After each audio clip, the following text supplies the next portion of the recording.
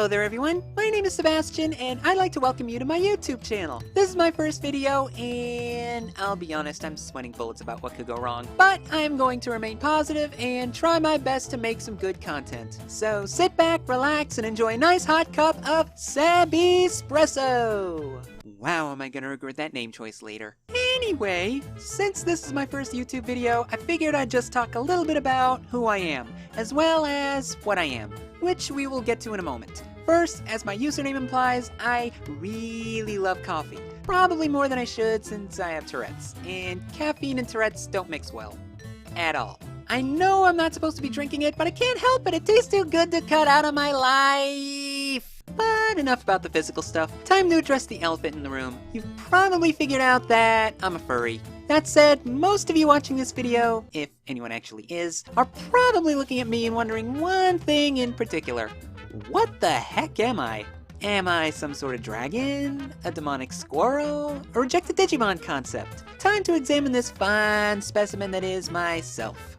Ahem. So basically, for those of you who don't know, Sebastian is, well, technically is a shapeshifter. I'll go over that beautiful mess of a story in a later video, but the form he uses most is that of a species known as an Inca-Ren.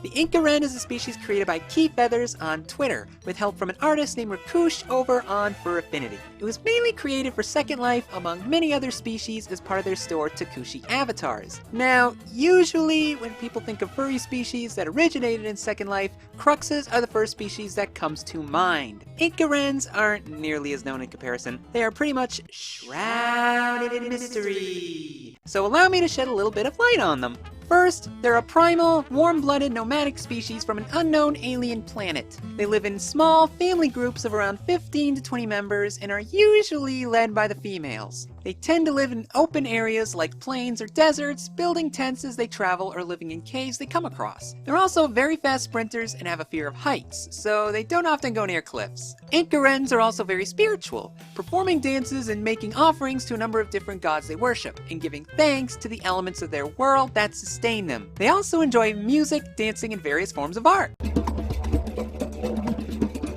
which is important to their culture as this is how their family history is passed down to later generations. When it comes to their appearance, they usually have raptor-like feet and claws, 4 fingers on each hand, long semi-floofy tails, long ears resembling dragon or bat wings, 2 feelers, and plenty of neck floof for snuggling. Unless you find the sharp teeth that some of them have too intimidating. Especially since their teeth are not only strong, but they have 2 sets of teeth that they can swap between at will. Their tongue is extremely long, with a fine brush at the end for feeding on ants or flower pollen. Also, those ears and feelers aren't just for looks. They're used to help them detect other creatures from far away. This, in addition to their large claws, razor-sharp teeth, and acute sense of smell, make them very capable hunters. They usually hunt in organized packs, which is important since their prey is usually very, well, huge. They're also normally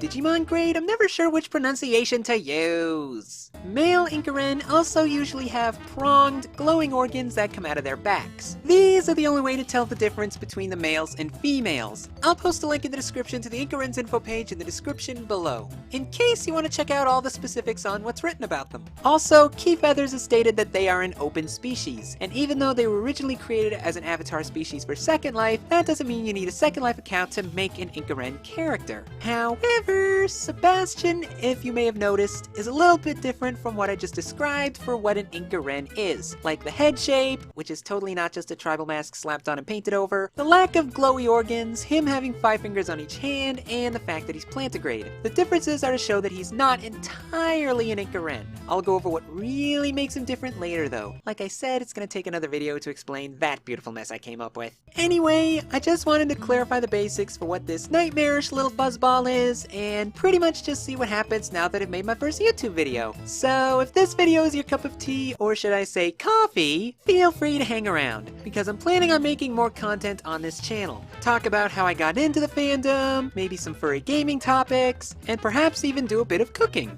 But for now, that's about it. I hope you liked my first video, and I look forward to seeing you back here for another cup of SebbySpresso. See you next time!